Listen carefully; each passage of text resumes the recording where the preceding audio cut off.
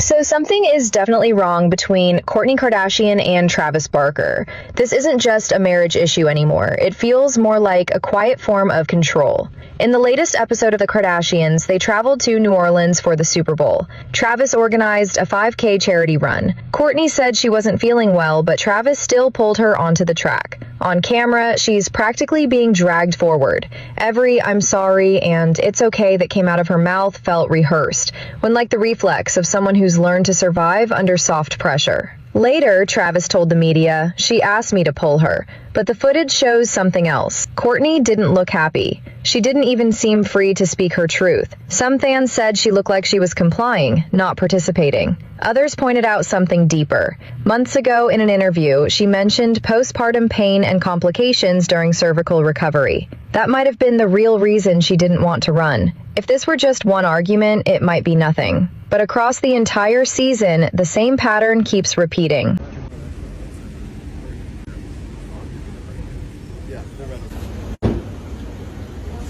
Is there a better way to go in? No. Besides That person right there is videoing.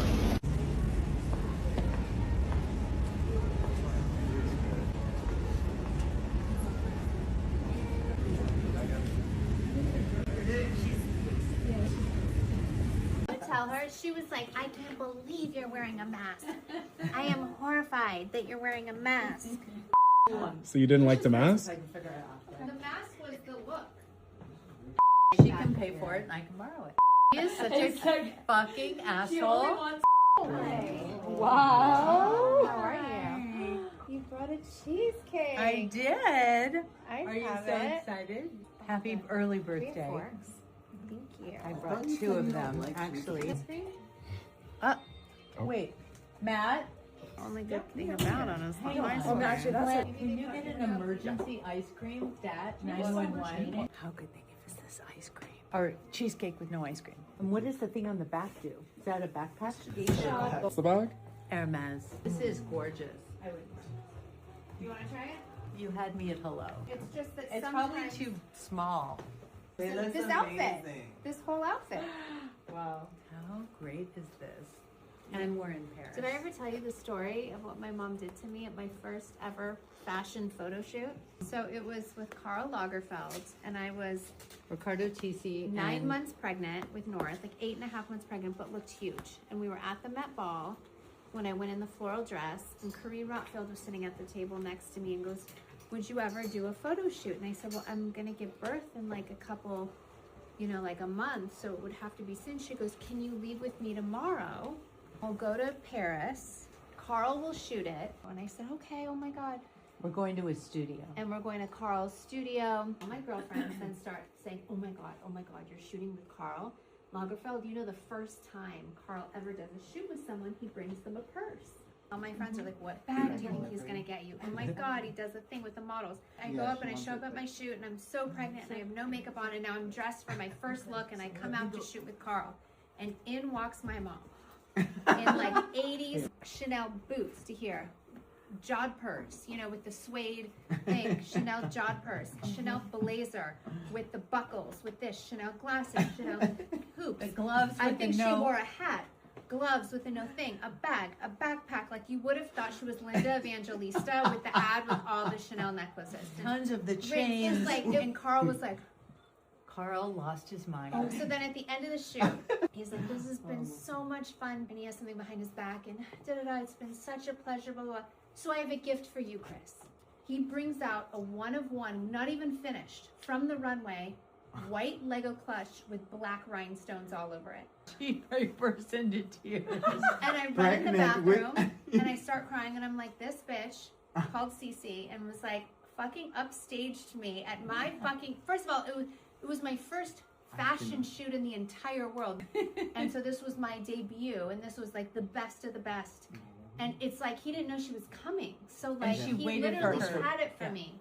Oh. And the bitch kept it this whole time. She didn't even have sympathy and said, "Do you want to share it?" No, I wasn't letting You know? that puppy go. But I will say, to save my name, that when North turned 12, I gave her the gift as a birthday present because With a she letter. always said, I would have given this to Norm. Because I said this bag was for my baby. That's who we did the that shoot with. she was I giving wanted birth this to, so I moment gave it to her for her birthday. That's So she crazy. still that didn't funny? even give it to me. She gave it straight to Because- Norm. Straight to the She's granddaughter. You didn't like anything on that rack until your mom came? No, first of all, I And didn't the ice cream is here. see it. It's melting. My bedtime. I'm going to turn into a pumpkin any minute. Good night. So Listen wait, here. those 2 hours, we're gonna be able to snatch We hair. are about Take this out. celebrate Snatch. Princess I can probably Kimberly wash my makeup and do on the fresh. her That's what we've been doing. 45th birthday. And then the snatch Why is she hair, your that favorite? what we want Well, for the today she's gold? tomorrow she's my queen. favorite So because she's the birthday gold girl. McQueen Whenever you're the birthday girl, you're the favorite. Duh. that we got. But I'm so excited to celebrate her. I'll be here in the morning to wish her happy birthday.